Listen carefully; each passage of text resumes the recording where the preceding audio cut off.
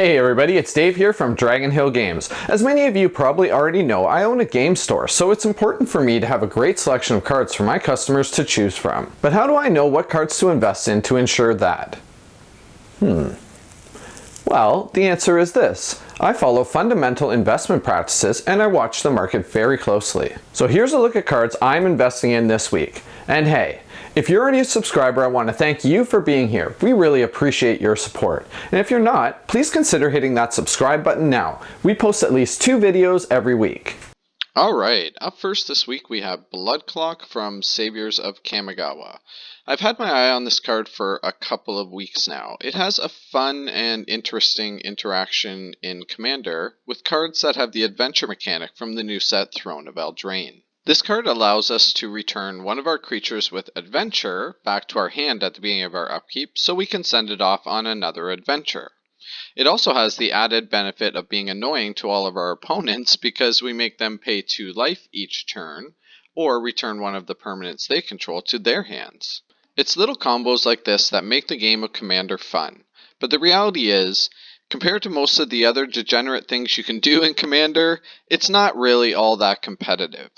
Regardless, this card has spent most of its life in the 50-cent range, so selling any copies that you can dig out of your closet for $6.33 will net you massive profits. The second card on our list today is Pillar of the Pur Wounds from Dissension.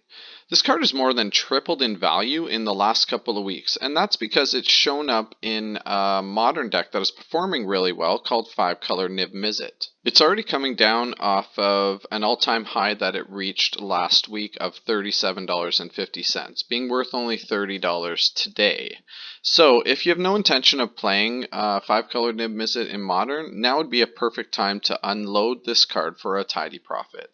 The next 3 cards I have under the sell category for this week are all Knights, and this is because of the spoilers we've seen from Throne of Eldraine.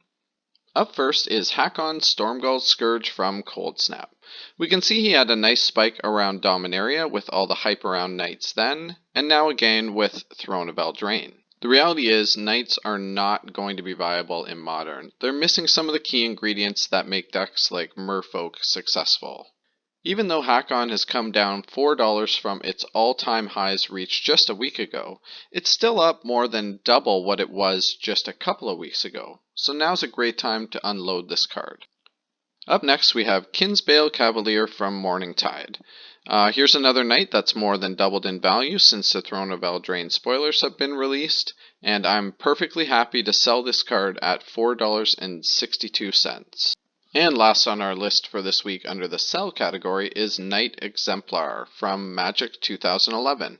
Of all the knights on the list, this is actually the one that's probably the most playable. That said, as I mentioned earlier, I can't realistically see a competitive modern Knights deck.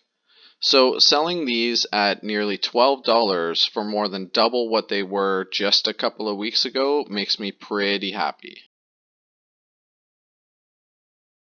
Just before we get into cards that I'm investing in this week, I just wanted to put a quick reminder out there for everybody that next week, probably starting earlier in the week, we are going to be dropping videos in rapid succession for Throne of Eldraine. All kinds of box opening videos, pre-release kit opening videos, promo pack opening videos. So if you're a subscriber and you haven't hit that little bell icon button beside the subscribe button, now would be a great time to do so that you don't miss any of these awesome new videos coming out. Okay, so up first on the cards I'm investing in this week. These Canopy lands from Modern Horizons, I mean, listen folks, if you can find them, buy them. They're all sitting around $10, $11 in that range. And these are cards that are going to be $30, $40 like a year from now. So I can't stress it enough. If you can find them, buy them, as many copies as you can get your hands on. Alright, the next one we have is Arkhams Astrolabe, and I have to admit this is a bit of a speculative play considering it's right near its all-time highs. But this card, it's appearing in every major format as multiple copies in every deck. I mean, it's in Pauper, Modern, Legacy, like these are all huge formats. And like I said, there are 4 ofs in these decks. I wouldn't be shocked to see this card be $3, $4, $5 even in a short time frame. Alright, up next on the list is the first Sliver, another card from Modern Horizons. This card's slowly been decreasing in value ever since its printing. I mean, it had initially popped out at $45.